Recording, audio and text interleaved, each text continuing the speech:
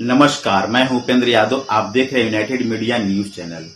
आज हम एक ऐसे सवाल पर चर्चा करेंगे जो सिर्फ धर्म का नहीं बल्कि संविधान, व्यक्तिगत स्वतंत्रता और लोकतंत्र की आत्मा से जुड़ा हुआ है। क्या आज के भारत में किसी व्यक्ति को अपना आराध्य चुनने की पूरी आजादी बनी हुई है? क्या कोई वयस्क नागरिक अपने विवेक, अध्ययन और आस्था के आधार पर अपना धर्म बदल सकता है, या फिर उसकी आस्था पर भी समाज, राजनीति, मीडिया और प्रशासन का पहरा बैठ चुका है?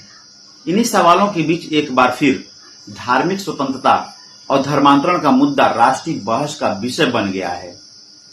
हाल के वर्षों में धर्म परिवर्तन से जुड़े मामलों को जिस तरह मीडिया और राजनीतिक मंचों पर प्रस्तुत किया गया, उसने कई नए प्रश्न खड़े कर दिए हैं। जब कोई व्यक्ति वोट देता है, शादी करता है, परिवार बनाता है, संपत्ति खरीदता है, तब कानून उसे पूर्ण वयस्क और निर्णय लेने में सक्षम मानता है। लेकिन जैसे ही वह व्यक्ति अपने धर्म या ईश्वर के बारे में अलग फैसला करता है, उसकी स्वतंत्र सोच पर संदेह क्यों किया जाता है? क्या यह मान लिया जाता है कि वह किसी साजिश का हिस्सा है, या फिर यह कि वह अपने लिए सही या गलत फैसला करने में सक्षम नहीं है?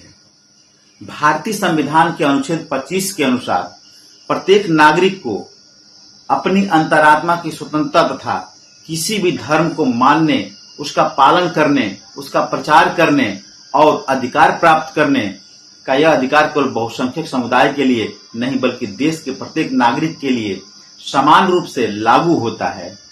भारत का इतिहास भी धार्मिक विविधताओं और विचारों के आदान प्रदान का इतिहास रहा है।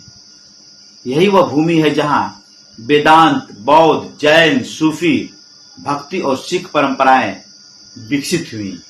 यहीं पर धर्मास्त्र, शास्त्रार्थ की परंपरा हुई रही। यहाँ पर बुद्ध ने धम्मचक्र प्रवर्तन किया। यहीं पर कबीर ने धर्म की रूढ़ियों को चुनौती दी। यहीं पर गुरु नानक ने मानवता को धर्म से ऊपर रखा। यहीं पर रसखान ने कृष्ण और अपना आराध्य चुना। यानी भारत की पहचान विविधता और चयन की स्वतंत्रता से बनी है। लेकिन आज सवाल उठ रहा है कि क्या यह स्वतंत्रता पहले जैसी बची हुई है? क्या कोई व्यक्ति बिना सामाजिक दबाव और राजनीतिक हस्तक्षेप के अपने धार्मिक विश्वासों पर पुनर्विचार कर सकता है, या फिर उसे पहले अपनी निष्ठा साबित करनी होगी? केवल धर्म केवल पूजा पद्धति नहीं है, यह व्यक्ति और ईश्वर के बीच का निजी संबंध भी है।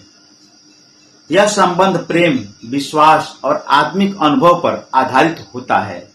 लेकिन जब इस निजी संबंध के बीच समाज, राजनीति, प्रशासन और मीडिया खड़ा हो जाए, तब धार्मिक स्वतंत्रता का वास्तविक अर्थ क्या रह जाता है?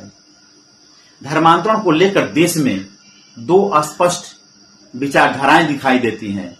एक पक्ष का कहना है कि बड़े पैमाने पर लालच, दबाव और धोखे से धर्म परिवर्तन कराए जाते हैं, इसलिए कठोर कानून आवश्यक है। दूसरा पक्ष मानता है कि यदि कोई व्यक्ति स्वेच्छा से धर्म बदलना चाहता है तो उसे रोकना संविधान की भावना के विरुद्ध माना जाएगा। इसी बहस के बीच राज्यों में धर्मांतरण विरोधी कानून लागू किए गए हैं। इन कानूनों के समर्थक इन्हें सामाजिक सुरक्षा का माध्यम बताते हैं, जबकि आलोचक कहते हैं कि ये कानून नागरिकों की व्यक्तिगत स्वतंत्रता को सीमित कर सकते हैं। आज का यह बड़ा सवाल यही है कि धार्मिक स्वतंत्रता की सीमा क्या होनी चाहिए? क्या राज्य को यह तय करने का अधिकार होना चाहिए कि किसी व्यक्ति की आस्था वास्तविक है या नहीं? क्या प्रशासन यह तय कर सकता है कि किसी ने स्वेच्छा से धर्म बदला या किसी के प्रभाव में आकर? और सबसे महत्वपूर्ण प्रश्न, क्या किसी नागरिक को अपने ईश्वर की तलाश करने के लिए भी सरकारी अनुमति की आवश्यकता होनी चाहिए? भारत की संस्कृति, परंपरा में ईश्वर को अनेक रूपों में स्वीकार किया गया है। किसी ने उन्हें राम कहा, किसी ने कृष्ण कहा, किसी ने अल्लाह कहा, किसी ने वाहे गुरु कहा, किसी ने ईसा मसीह कहा, तो किसी ने ईश्वर भी कहा। यह विविधता भारतीय सभ्यता की सबसे बड़ी शक्ति रही है, लेकिन जब किसी एक धार्मिक पहचान को राष्ट्रवाद से जोड़ा जाता है तब असहमति और विविधता के लिए जगह कम होने लगती है। यही चिंता कई बुद्धिजीवियों और सामाजिक विश्लेषकों द्वारा व्यक्त की जा रही है। उनका मानना है कि धार्मिक स्वतंत्रता का अर्थ केवल अपने धर्म का पालन करना नहीं है, बल्कि आवश्यकता पड़ने पर उसे बदलने की स्वतंत्रता भी है। लोकतंत्र में राज्य का दायित्व नागरिकों की स्वतंत्रता की रक्षा करना है, न कि उनके विश्वासों का निर्धारण करना है। किसी व्यक्ति की धार्मिक यात्रा व्यक्तिगत होती है, आध्यात्मिक यात्रा व्यक्तिगत होती है। उसके निर्णय से असहमति हो सकती है, लेकिन उसे निर्णय लेने के अधिकार से वंचित नहीं किया जा सकता है। यही लोकतंत्र और संवैधानिक व्यवस्था की बुनियादी भावना है। आज जब धर्म, राजनीति और पहचान के मुद्दे पर पहले से अधिक संवेदनशील हो चुके हैं, तब यह आवश्यक हो जाता है कि हम व्यक्तिगत स्वतंत्रता और संवैधानिक अधिकारों के बीच संतुलन बनाए रखें। धार्मिक स्वतंत्रता केवल एक कानूनी अधिकार नहीं है, यह व्यक्ति की आत्मा और उसके विवेक की स्वतंत्रता का प्रश्न भी है। और शायद यही कारण है कि यह बहस आने वाले वर्षों में भी भारतीय लोकतंत्र के केंद्र में बनी रहेगी।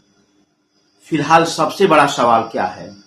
सबसे बड़ा सवाल यही है कि क्या भारत में हर नागरिक को अपना आराध्य चुनने की पूरी आजादी है, या फिर उसकी आस्था पर भी सामाजिक और राजनीतिक पहरे बैठ चुके हैं?